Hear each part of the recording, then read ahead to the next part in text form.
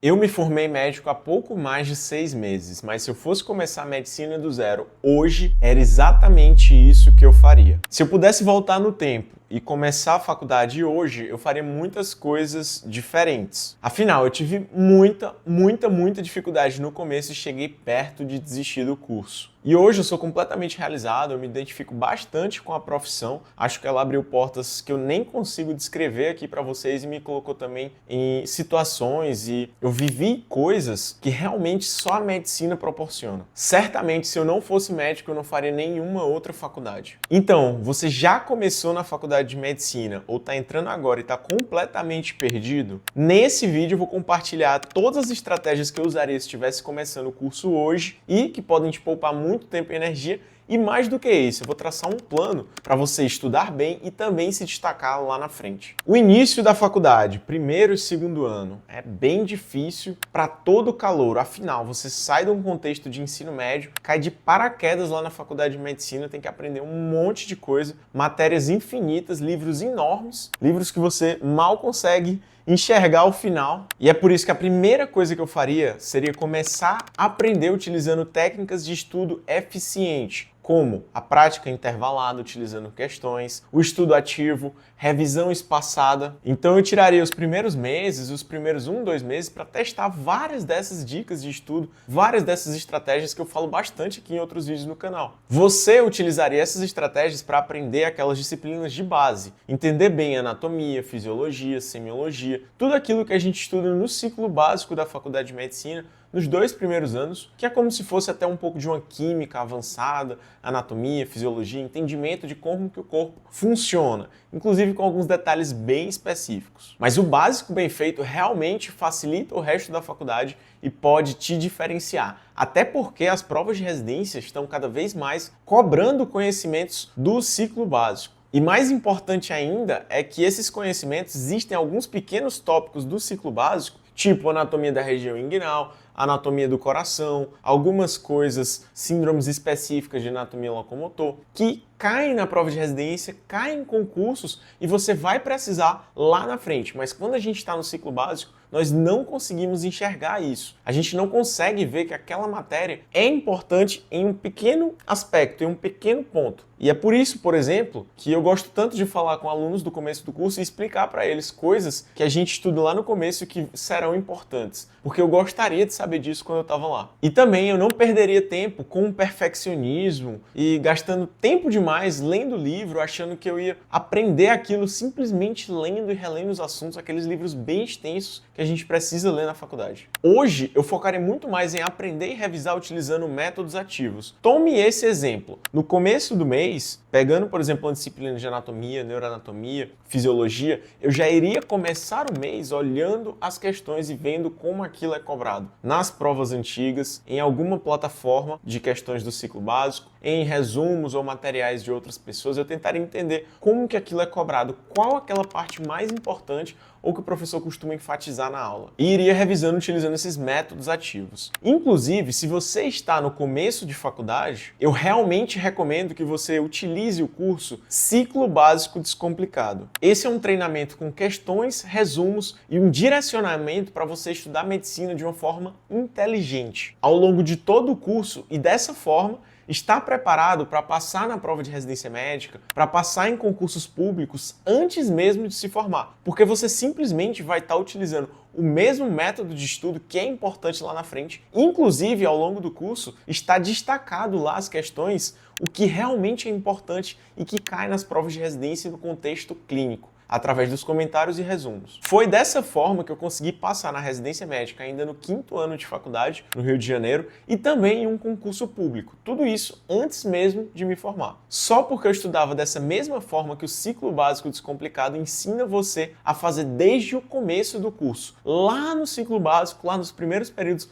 você já começa a engatar numa forma de estudo com questões, uma forma de um estudo inteligente que te possibilita passar em concursos e na residência. Faz toda a diferença se quiser conhecer as mais de 7.000 questões comentadas, 300 resumos e o direcionamento ideal para o seu ciclo básico na Faculdade de Medicina, basta clicar no link na descrição ou no primeiro comentário fixado aqui embaixo. Vale muito a pena conferir. Mas voltando, eu também definiria uma organização e um planejamento desde o início. Eu acho que esse é um aspecto que muitas pessoas pecam. É difícil montar um cronograma, é difícil estudar todo dia para a faculdade, e eu montaria um cronograma flexível, mas consistente. Colocaria, por exemplo, metas claras por semestre, por semana, e aí eu iria estudando aquilo para poder atingir os meus próprios objetivos. Por exemplo, ir revisando os conceitos de fisiologia e semiologia mais importantes ao longo de todo o ciclo clínico, mantendo aquilo através de flashcards, mapas mentais, resumos, questões, com prática constante, principalmente daquela parte que é aplicável no contexto clínico, que é aplicado no dia a dia, na prática médica, que você precisa quando está de fato com o paciente. Então eu aprenderia a ter esse estudo por conta própria, independente da faculdade, pelo menos ali 1 horinha, no máximo umas 2 horinhas por dia, e eu começaria a responder questões desde cedo e faria flashcards para poder manter algumas coisas na cabeça bem fresco, principalmente sinais e sintomas clínicos importantes, aquilo que a gente estuda em semiologia. Isso porque o número de pessoas fazendo medicina é cada vez maior e é por isso que um concurso público ou uma residência médica são grandes diferenciais. São formas que você consegue garantir um emprego com mais facilidade e empregos melhores, onde você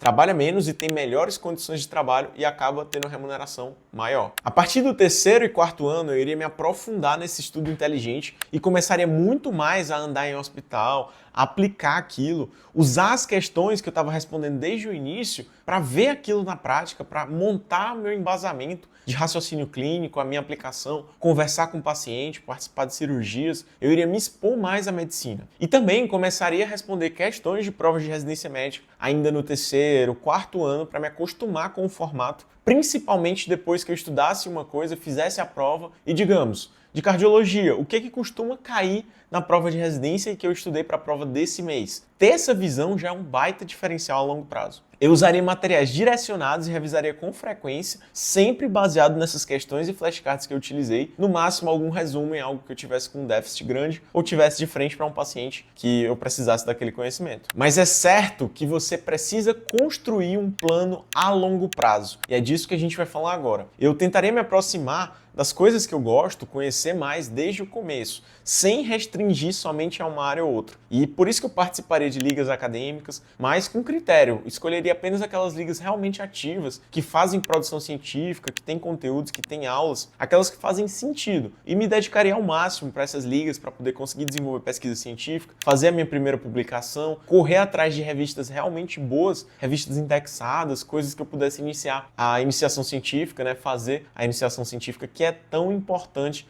para construir um currículo para residência. Então eu faria de tudo um pouco, não pensando somente nos editais, e ainda mais nesse momento, né, que é um momento ainda do ciclo clínico, que a gente tem que fazer de tudo um pouco. No internato você pode direcionar mais para edital, tentar ver aquilo que você quer fazer e aí restringir mais as atividades que você está fazendo. E também buscaria ao máximo fazer estágios extracurriculares. Na minha época foi no ano de 2020, né, então a gente não teve tantas oportunidades de prática extracurricular porque elas estavam suspensas, mas eu iria até mesmo por conta própria, como eu fui algumas vezes nos pronto-socorros aqui para poder aprender, e acho que vale muito, muito, muito você fazer isso, ainda mais se você conseguir um estágio documentado, um estágio extracurricular. Se não for documentado, você pede para alguém assinar e ter aquele documento comprovando depois, mas vale a pena ir atrás. Também é importante falar sobre a parte de equilíbrio e saúde mental.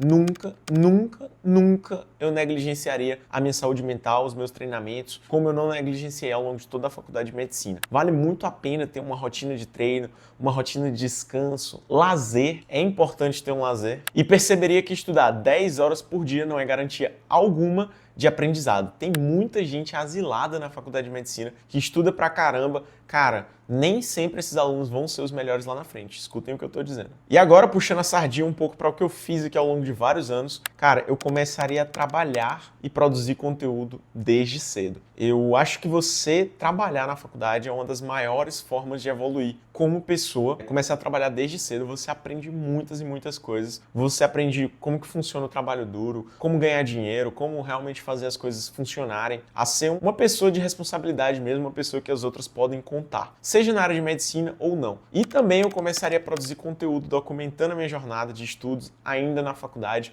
documentando a minha rotina. E eu acho que essa dica é muito válida para todos, é uma das maiores oportunidades da década, e eu aprenderia sobre marketing pessoal, construção de autoridade na área médica e já ir mostrando um pouco da minha rotina, até porque meus futuros pacientes estão lá me observando no Instagram. Primeiro, suas tias, seus primos, vão ser as primeiras pessoas que vão te indicar como um especialista. Então eu ficaria buscando essas formas de trabalhar, aplicar conhecimento e gravar a minha rotina, documentar um pouco dessa jornada, mesmo como estudante. No internato, no 5º e 6º ano, é uma coisa diferente. A gente está mais imerso no hospital e eu aproveitaria muito mais a prática clínica, né? Você vai executar ali e estudaria já para a prova de residência médica. Inclusive, eu utilizaria a plataforma do Estratégia Médica, que é uma plataforma que eu usei e que eu recomendo muito. Eu vou deixar um vídeo aí embaixo na descrição falando mais sobre como que ela funciona. E se você quiser assinar, é só usar meu cupom lá, GuiMiranda10. E é por isso que eu acho que os estágios do internato são essenciais para você evoluir como médico. Eu faria perguntas, me testaria, me colocaria em situações onde eu fizesse os acessos venosos, fizesse os procedimentos, testasse o meu conhecimento de fato ao longo do internato. Além disso, eu estudaria para o internato e também para a prova de residência médica ao mesmo tempo. Casaria as duas coisas juntas, porque as questões que você faz te ajudam na prática